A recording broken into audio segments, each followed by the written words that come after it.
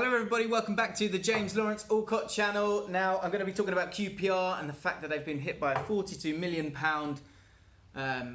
punishment from the English Football League and due to the financial fair play. Before I get into that, I just want to say I'm sorry, I've been away for a week, no videos for the last week. I've had some family stuff that I've had to deal with, and as you guys know, those things need to take priority. But I'm back now, and last time I did a video with you guys, I was on 6k and I was asking you guys, can you get me to 7k? You've gone and got me to 8k. So I just want to say massive thank you for everyone who's subscribed.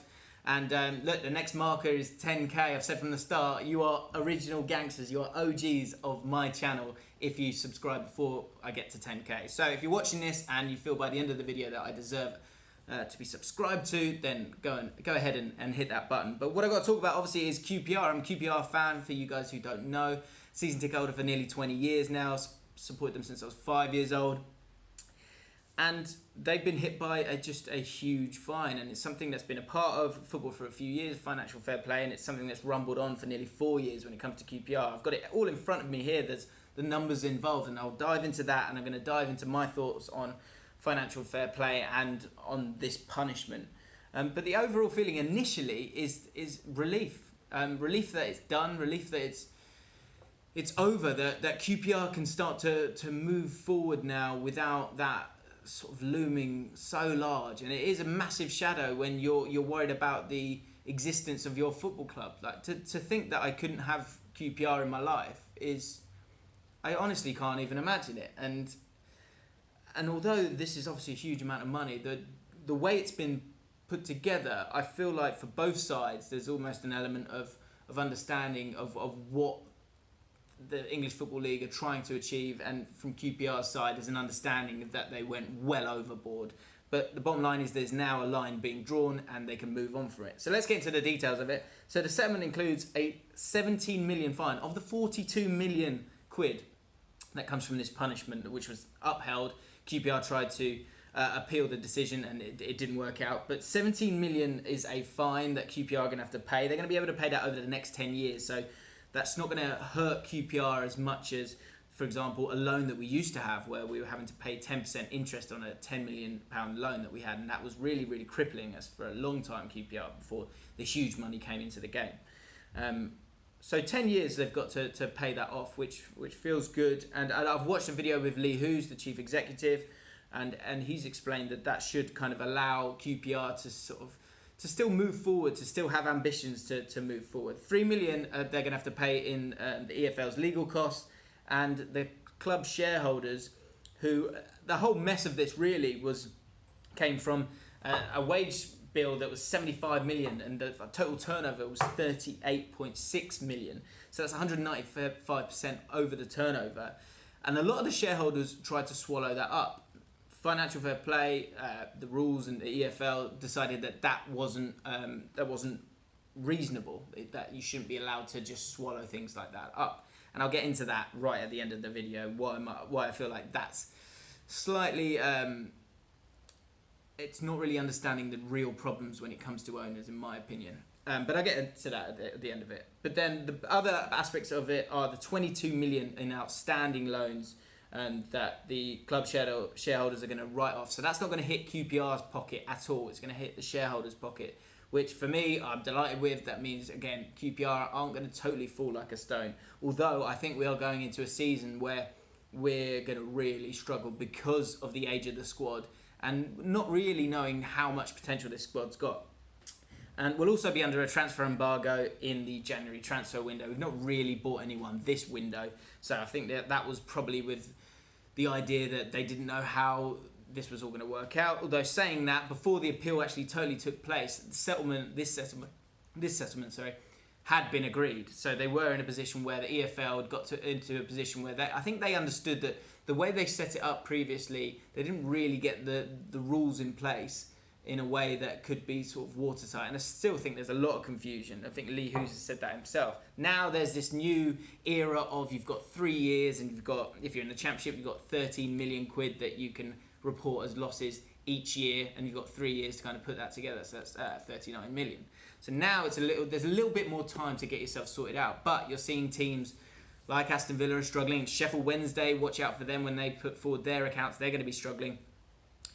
Teams are going for it when it comes to trying to get into the Premier League because there is such a reward if you can get there. But if you don't, then you can see yourself in huge problems. And that's where QPR have got themselves in. We're now going to have to start from square one, whereas we were a team that you could see with the amount of money that we had, they could put forward a real effort to get back into the Premier League. We're now putting together a structure, which I don't mind, but obviously it'd be nice to be able to buy some big players. We're putting together a structure now where we're getting under 23s who are cheap. We're getting them hopefully with real potential to move on, and then loaning them out and then bringing them forward, and hopefully that's the way that we're going to be able to do it. And I don't mind that structure, but that structure's been enforced upon us because of the lack of money that the shareholders, you would imagine, would be willing to put forward now because of everything that's happened. So the final thing I want to talk about, so my feelings on this. My feelings are that, look, it's over. I'm so pleased that it's over. I'm so pleased that the squad's still there. I feel like the EFL, I think, maybe went a bit too harsh, and I think they've thrown the book at us ultimately, and they needed, for the good of the game in their eyes, they needed to be seen to be putting forward this punishment, and it's a punishment that QPR deserved. If you look at what QPR did, they spent a hell of a lot of money in the season where we were going down, and it looked very clear that we were going down. People like Townsend and what's his name, Samba, fucking hell, and all these players at Genus who came in from January, we still went down. And then the season after that, we just went even further, and that squad that got back up, I mean, thank God we got back up, but the players that were brought through, there was way too many on too higher wages. It's outrageous. There's 16 players that we bought that season, and even when Charlie Austin did his shoulder into January, we bought in Benayoun, I can't even remember his name, Modibo Maiga, I think it was, Kevin Doyle, and so we're bringing in so many players on huge wages, and it's not fair. And so I understand that aspect of it. What I don't like about financial fair play is that I don't think the game in the league is not going to get any fairer due to this. They're missing the point. Teams that have been punished have been Blackburn, have been Nottingham Forest, have been Queen's Park Rangers. But those are clubs, especially Nottingham Forest and QPR, they're clubs that have owners who want to put in money, they want to invest it, and it's not on the shoulders of the club. And if it goes wrong, they will take the money, they will take the hit for it. What about the Oystons? What about Sisu? What about Northampton? What about those teams that are, those clubs and those owners that are just Leyton Orient, that are looking to essentially take the money out of the club, not put too much in? I understand it needs to be right either way, but have a look at Man City, have a look at Chelsea and how they set up their teams. They pump in so much money, and essentially they create these massive juggernaut academies that they're allowed to bring in players and then sell them off, and it allows them to retain some level of financial fair play, but really is it? Not in my opinion.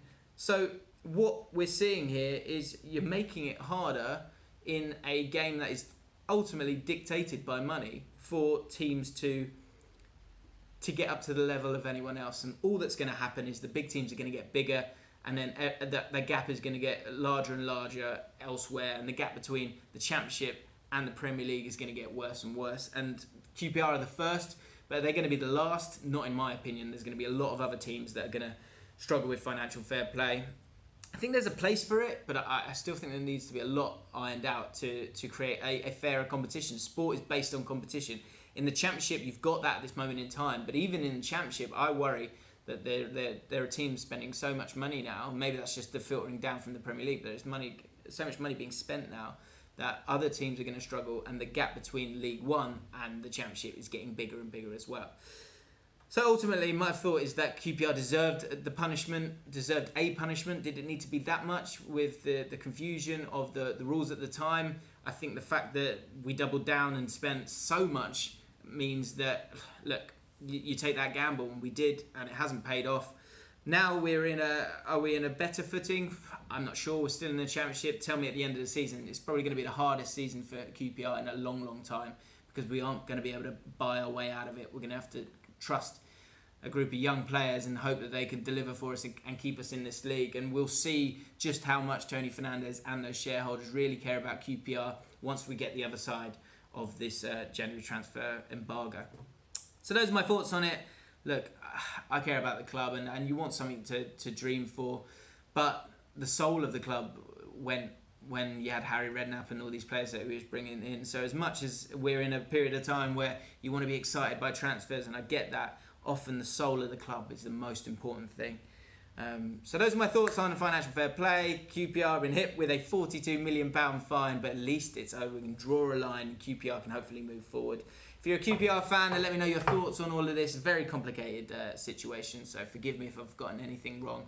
If you're new to the channel, hit that subscribe button. As I said, trying to get myself to 10,000. And check out some new content coming very soon, in collaboration with Smiv, talking to him about his process in terms of the content that he makes. So the first of a series that I'm going to be doing on the channel of new stuff that doesn't totally relate to football. So that's going to be exciting. I'm really excited about it. So make sure you subscribe so you don't miss out on that. I'll see you soon. Bye.